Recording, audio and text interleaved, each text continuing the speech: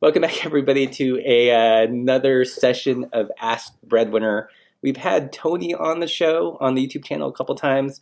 Today, we're going to talk to Ira Ryan, the other half of Breadwinner, and see how his thoughts are different and how they collaborate, and then get into your very specific frame nerdy question. So, Ira, thanks for being on the show. Yeah, thanks for having me. It's good to be here. So I'm really curious. When you guys first started working together as Breadwinner, how did the division of labor go? Were one of you like, hey, I'm totally stoked on mitoring, you do all the filing, or do you guys do the same task but kind of just rotate?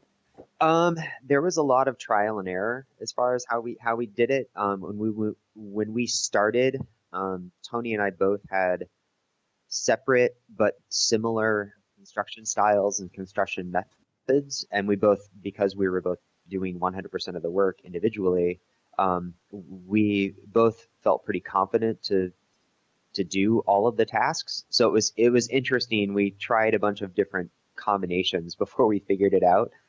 When we started, it was really, I had a bunch of the equipment at my garage and then a bunch of tools and machines. And then Tony had a similar setup in his shop.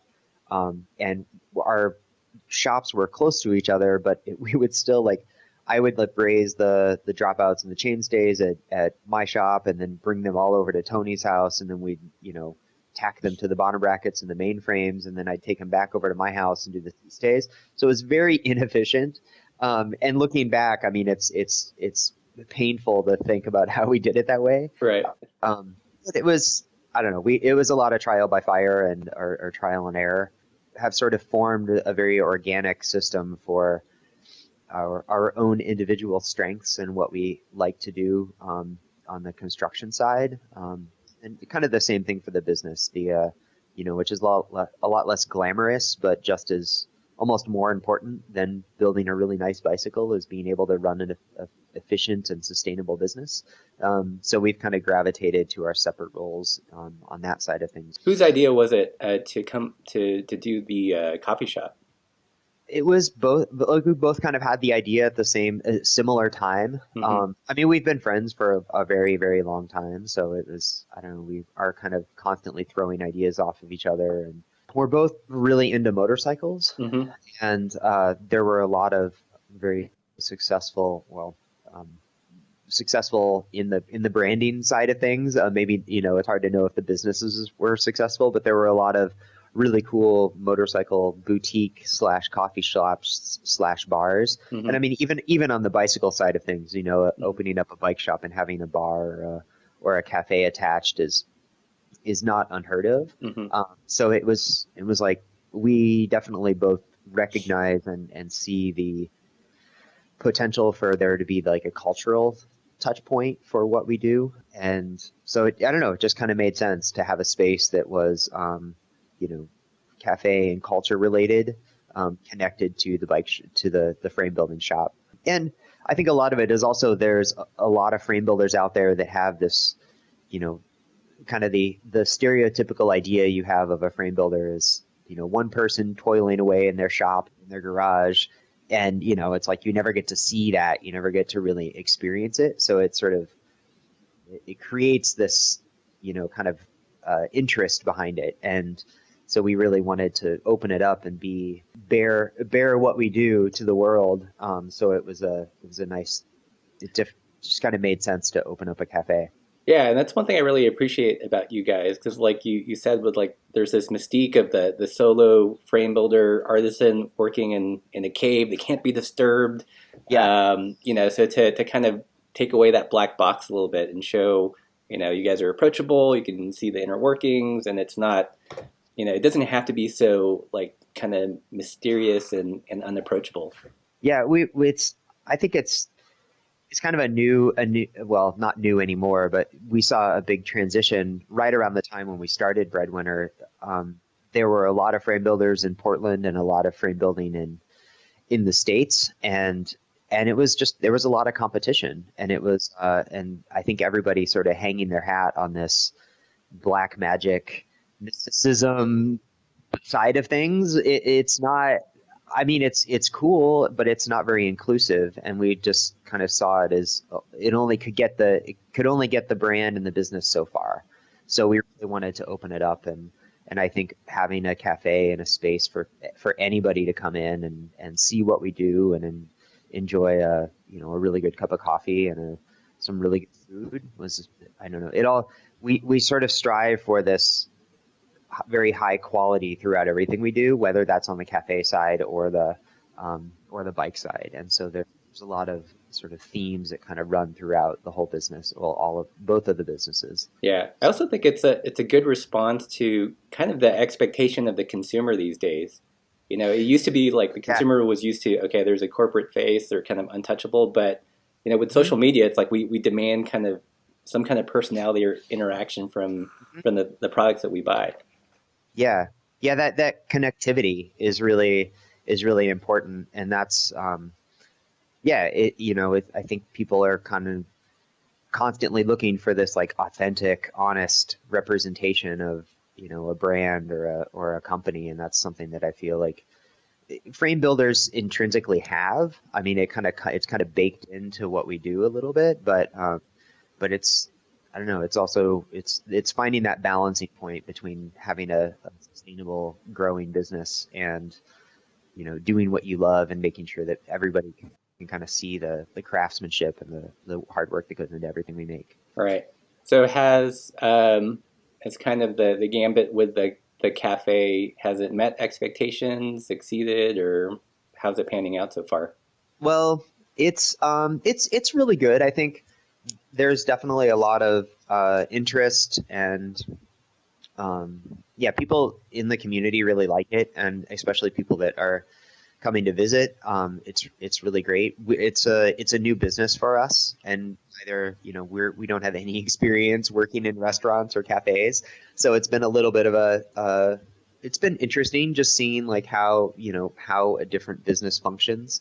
Uh, but it's been good. It's still typical cafe timeline to sort of get into the black is 3 to 5 years, and we're not quite there yet, but we have some really great momentum, and it's just I kind of see everything as a problem to solve.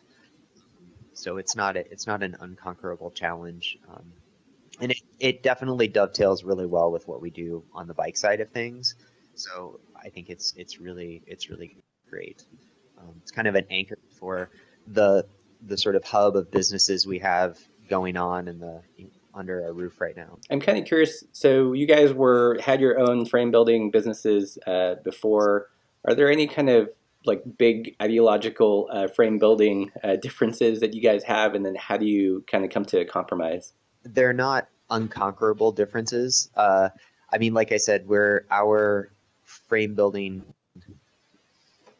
methods were very similar. Definitely our interests, our personal interests in like the styles of bikes that we would build and the types of riding that Tony and I both like to do were a little different. But there's like anything, there's a lot of overlap with that.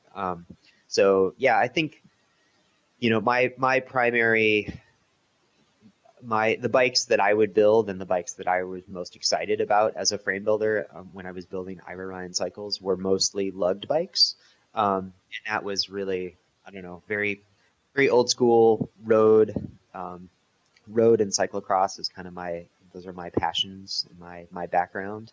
And Tony was coming at it from a mountain biker 29er single speed sort of vein, and most of his construction, most of his bikes frames that he built were fillet raised.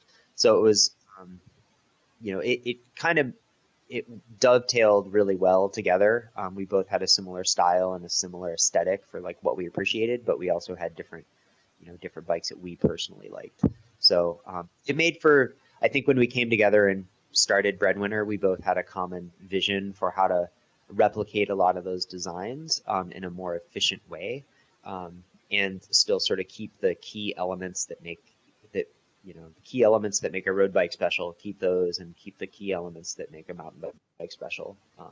And yeah, it's been a really really cool collaborative process through So for a bike like the G Road, which is kind of like a mishmash of some I guess like mountain biking elements and road elements and cross elements, like how did you guys come to a consensus on the final geometries? The geometry is a little bit, I mean, it's we can tweak it based on different riders and what they're looking for and like where they're going to carry weight and whether they're using it. There's so many different variables that kind of dictate the real finer points of the geometry. But in general, I mean, it made sense to build it. I don't know. It's just like an evolution of where bikes were headed. It's when we both started Breadwinner, gravel bikes were out there, but they weren't as prolific as they are now. But it was essentially just kind of like a modified cyclocross bike. So when we launched the B Road, it just made sense to, you know, make some more stability tweaks to it, to the geometry, like lower the bottom bracket, make it a little bit more road friendly, and that was definitely popular. So then the G Road is kind of like the next step in that evolution. People want wider and wider tires, and they want, you're using bikes for more bike packing adventure stuff. So having all of the features to make it, a little bit more capable for more weight, more racks, things like that. It all checks off all the boxes. Style wise, uh, Tony was pretty adamant about wanting the aesthetic of the frame to be a little bit more like an old mountain bike, so a little bit more slope to the top tube, get the seat tube a little lower. We built a handful of those bikes with dropper posts, which kind of adds to that, fun, shreddy mountain bike kind of style. And then from my perspective, I still want it to ride, we both want it to ride great on the road, but I'm always thinking like it needs to be lightweight, it needs to be performance oriented. Like how do you balance out that durability and the off-road fun with something that's going to be light and nimble? And it's kind of, yeah, so we kind of worked together on that. Well, let's jump into some kind of nerdy frame questions. So when I interviewed Tony, he had a preference for bottom, like kind of a lower bottom bracket, and he said that you had a preference for kind of a slightly higher bottom bracket. How does bottom bracket height drop affect just the overall ride quality in your opinion? I definitely think that there's a sweet spot in there. It's like anything, it can be measured on a spectrum. I always think about it kind of as if you draw a line between the front and the rear axle, and then you drop the bottom bracket from there, and you think about how that bottom bracket drop is essentially pivoting on the axle. I don't know if that makes sense visually, but it's essentially, the lower the bottom bracket drop, the more energy, the more it swings from side to side a little bit. So that lower bottom bracket, it's going to make a bike feel, like you're a little bit more planted. Your center of gravity is slightly lower, and it's amazing to me how just a couple of millimeters makes a pretty big difference in how a bike feels and rides. So the difference between a road bike that has, actually, I guess our cyclocross bike and our mountain bikes kind of have a little bit higher bottom bracket than anything else. But the cyclocross bike is a good example. So it has a 68 millimeter bottom bracket drop. And that is essentially, you're pedaling through corners. You want the bike to feel kind of like really light and springy. It's less about feeling stable and planted on a long descent, and more about being able to, you know, bunny hop quickly and have that agility. So by raising the bottom bracket, the bike is definitely going to like pop over stuff a little bit easier, and you're going to have a little bit more pedaling clearance. Lowering the bottom bracket, is going to make the bike feel a little bit more planted. You're gonna feel like you're sort of in the bike as opposed to on top of it as much. I feel like that's probably the best way to describe it. But then you can also, it can be too low. You can't have a bike with a really low bottom bracket, and the chainstays are a little bit longer, and it's gonna probably ride a little bit more like a Cadillac, but it's not gonna have that sort of get up and go when you really want to like have that snap to it. So that's why our bottom bracket drop on our G Road is right around 72 millimeters, and that's one of the consistent things with our geometry that doesn't change much.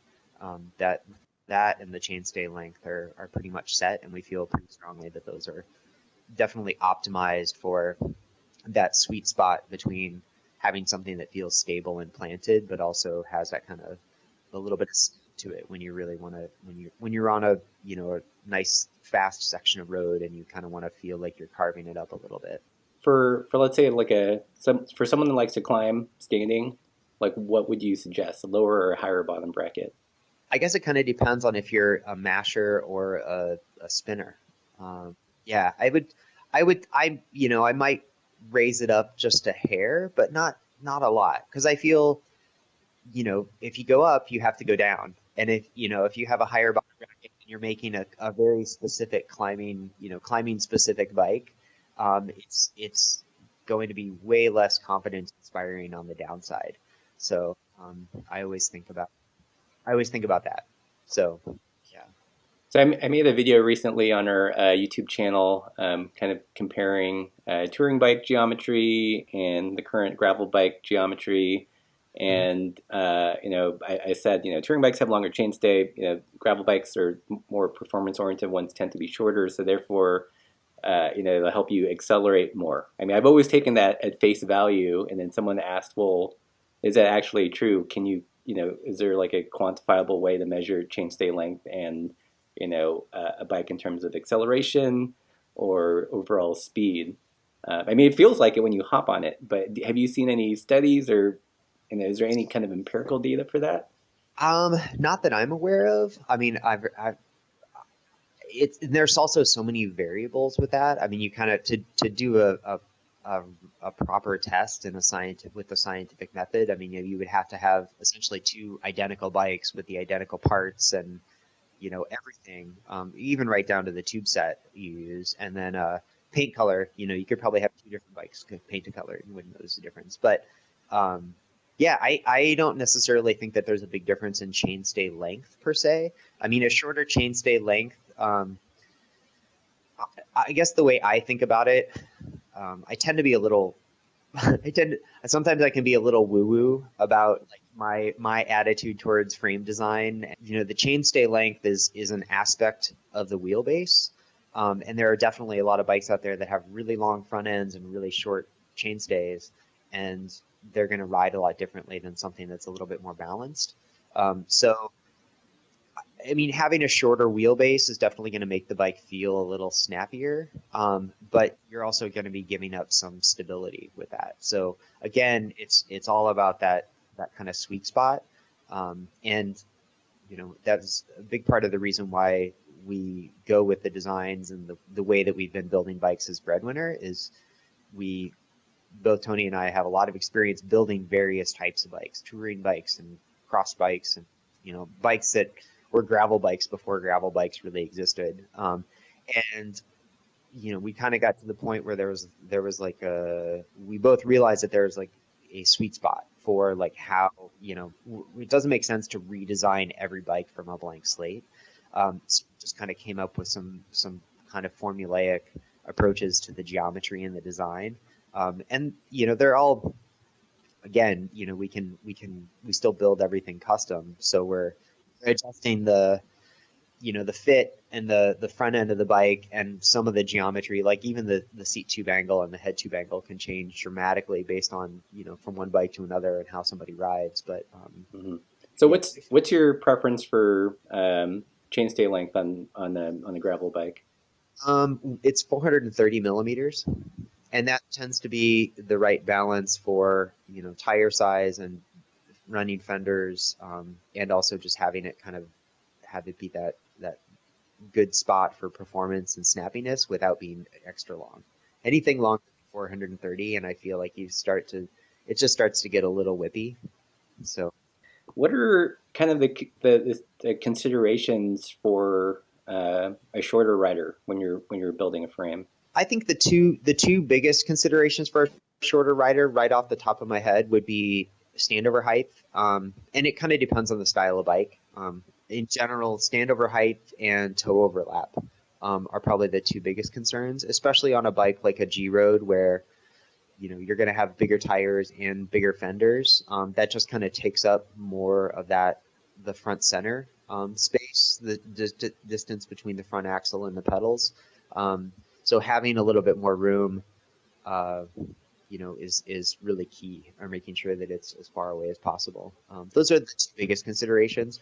And then I guess after that, we actually just recently built a mountain bike, a 27.5 bike for a rider who I think she's like 5'3", so very, very short. And it was a pretty tricky problem to try to to work all the pieces together. We ended up going with a shorter fork just to get the front end lower. And then we also ended up using a smaller tube set, so a slightly smaller diameter. So the bike is going to ride a little bit more like how we intended it to. Um, so by changing the tube set, which we do that pretty frequently on really small bikes or really large bikes, we'll actually bump up the size in the tube set on the really large bikes just to give it a little bit more rigidity, so that there's less flex in the frame. So related to that, this is a theory I've heard. I don't have any frame building experience, but I like to nerd out. Is that let's say mass production bike, mass production gravel bike, they tend to be optimized in the medium to larger sizes, and once they get smaller, the riding gets compromised. Generally, at least from what I've heard, is like the head tube angle has to change so there's not toe overlap. But because production bikes tend to have just a single fork offset, like you end up having like a different riding bike from the smaller size to the medium to larger ones. Yeah, that's definitely the both ends of the fitting spectrum, and especially I feel like the lower end or the smaller sizes are definitely compromised a little bit more in the ride quality. I feel like that's something that bigger, huge bike companies and huge bike manufacturers compromise on for sure, is making sure that it's, they're choosing safety over, by making sure that the bike is safe and you're not going to clip your toe, but they're compromising the ride. When you have a custom fork built, can you specify the offset so it doesn't compromise the ride field too much? Yeah, yeah, we do that, especially on the G Road with the Eigelhart forks that Christopher builds for us. We can definitely specify like a shorter, either a different rake or a shorter axle to crown to sort of get the fine tune the front end a little bit. Yeah. So here's another question that someone asked. What affects the ride field the most? Would it be the geometry or the frame materials? I think between those two, I'd say geometry. Yeah. Frame materials are not a small part of that. But yeah, I think the geometry is going to be the thing that's probably a little bit more noticeable. The frame materials themselves are a little more nuanced. But it's definitely something we take into consideration. We feel pretty strongly about the Columbus tubes that we use. We did a bunch of research and just our experience with knowing what's out there, and by picking the G Road specifically, because that's kind of seems like what we keep talking about. The G Road uses Columbus Life and Spirit tubing on the front end, which is the same tube set that we use on our cyclocross race bikes for our racing team. So they're very lightweight, very performance oriented. But I don't know, they seem to strike the right balance between that lightweight but feeling stable and solid. Just has a really nice balance to the ride feel. It's stiff, but has a little bit of flex to it, so it doesn't beat you up over a long period of time. But the steel fork helps a lot with that too. It's very lightweight, and it just, I don't know, I feel like that's definitely part of the magic combination on the G Road. And then you add some bigger tires, and I don't know, it's the sum of all the parts that kind of end up that way. But the geometry I think that's really huge. Like having that trail, that balance between the head tube angle, fork rake, and the trail number is kind of key. If there was like a geometry tweak that would affect like that you would change and someone would notice the most, what would it be? Would it be chainstay length or something in the front end? I feel like the front end is probably going to be a little bit more noticeable. Chainstay length you would probably notice a little bit. I feel like that relationship between chainstay length and bottom bracket drop is really key. But I think like the first noticeable thing you get on is the steering. just like riding around a parking lot, you're not going to be going fast enough to notice the chainstay length, but you're gonna notice like how the front end feels. So let's talk touring bikes for a second. There's been kind of a vogue in touring to just go front loading and kind of do a hybrid, bike packing, small front pannier Yeah. setup. How when designing bikes specifically for front loading, what are the optimizations? What are the things that you changed it so that would be the most ideal kind of way to carry stuff? I think the first question that I would ask is if they if the person would want to have the weight be up high, like above the wheel, or if they're going to primarily use low riders or front panniers, which are going to feel more stable just because they're right around the axle of the front wheel, and they're definitely lower, so your center of gravity is a little lower. Yeah, that would be the first thing I would ask, because I feel like that is going to affect that trail number a little Mm-hmm. bit. And I tend to gravitate more towards trail numbers in the like high 40s, low 50s. I know that there's a lot of people that really like that like mid to low 40 number. I'm not. I don't know. I'm not as much of a like bicycle quarter lay Kool-Aid drinker, I Yeah. guess. But but yeah, I mean that's for front loading touring. I would definitely ask if they, where they want to carry the weight, because that's I think going to dictate a little bit of it. Well, let's Um, let's assume they're going to do front low riders, so panniers fairly low on the wheel. I would probably do a little bit like a 72.5 degree head tube angle with like a maybe a 55 millimeter rake. It's going to be in that like high 40s, low 50s trail range. The benefit of the front weight is because as you get out of the saddle and you're climbing, you're sort of um, the front end is sort of diving back and forth a little bit, and so you don't notice it as much. It's not attached to the frame the same way that it is on a rear rack, so you just don't notice it as much. I don't know exactly. Scientifically I don't know what it is, but it's just not it's not directly connected to the frame. Just kind of it just kind of moves around the axle. And the other part of that is, is going back to the bottom bracket drop. As you're, if you draw a line, a line between the two axles, everything below the axle is like swinging out. Mm-hmm. And so if you have that like swinging out balanced with the weight on top, which is, I mean, essentially if you have your setup right, your weight is low. And so it has that same stability of like feeling planted without Mm-hmm. feeling your top heavy at all. Does that make sense? Yeah, yeah. I mean, I know like I've ridden same bike loaded different ways, low in the front or in the rear. And for me, part of it is like if you have a lot of load up high in the rear, I can actually feel like the rear end get a little whippy. Oh yeah, And yeah. then when it's low in the front, it's almost like pushing a, a shopping cart rather than like this big thing wagging behind you. And I mean, from an experience standpoint, that's one of the fun things about bike touring is you can kind of, you know, figure it out over a series of days. You sort of like load your stuff in different spots, and you kind of figure out like what's the best balance for how you ride. So Gravel bikes tend to be really controversial on our YouTube channel, which is everybody weird. loves running. What pressure?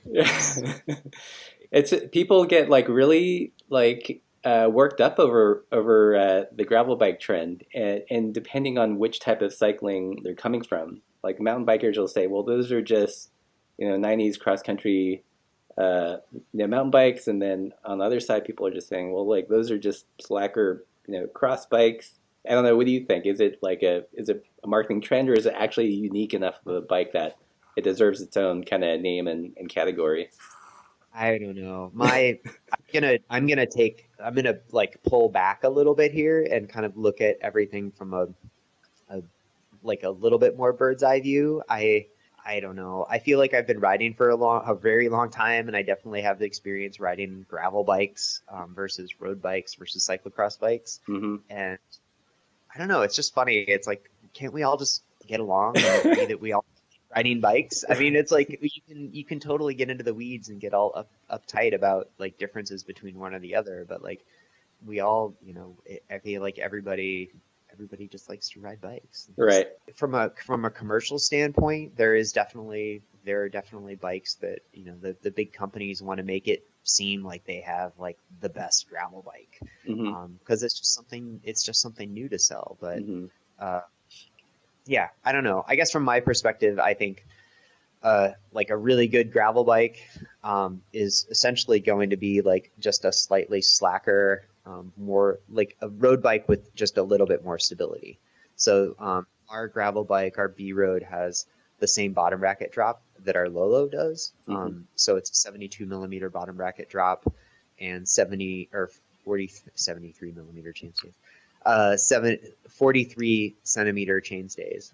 So it's similar to the G Road, Hmm. and it's again, I feel like it just kind of strikes the balance between having to be sporty but not, not too cush.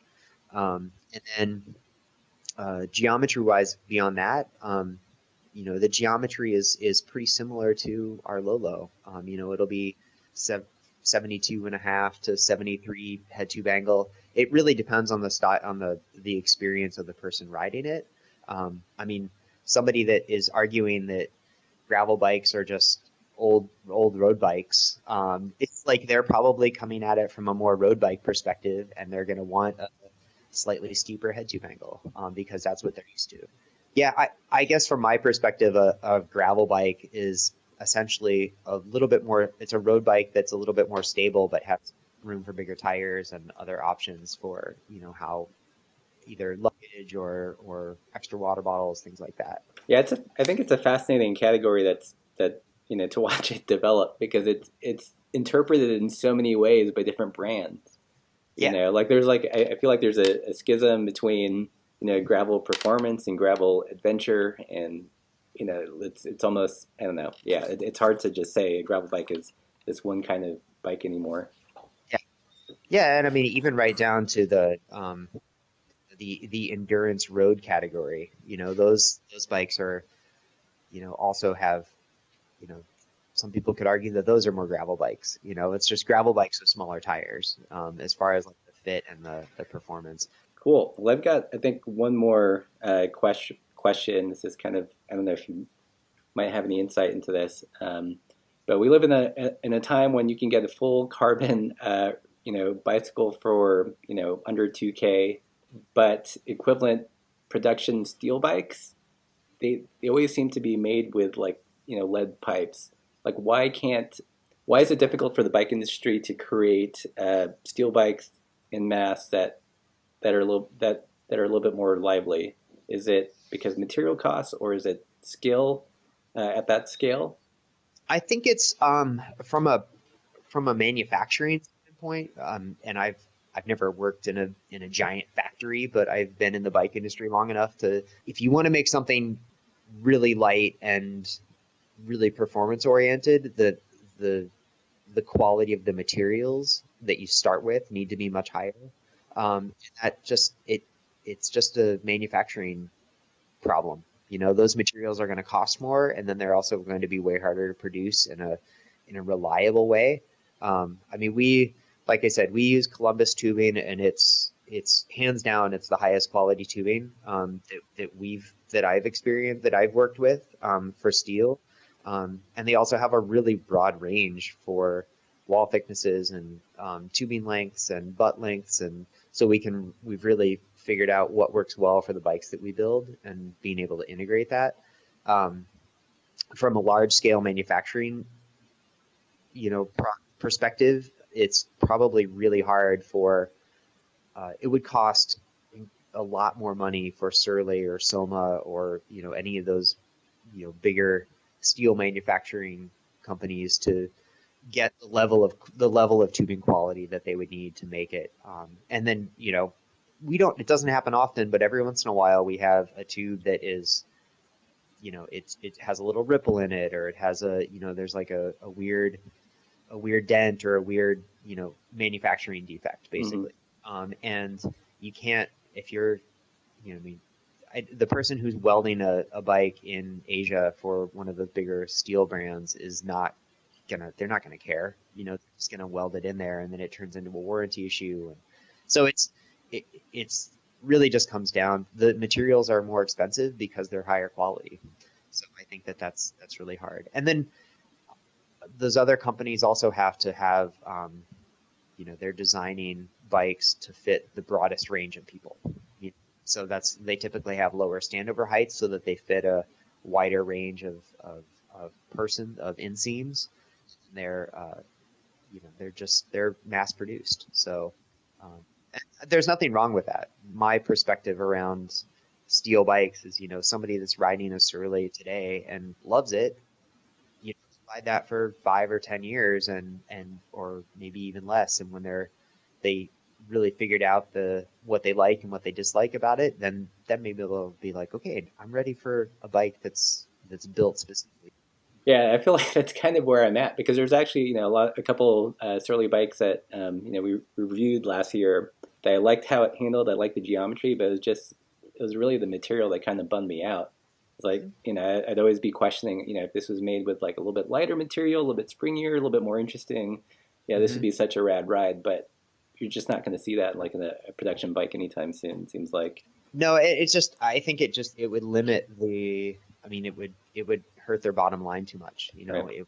It would make it really hard. And from a design perspective, it's also you have to take into account so many more factors when you're building bikes like that, and Mhm. it's not that's not the business model that those companies are designed around.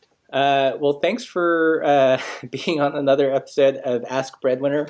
Yeah, keep them uh, coming.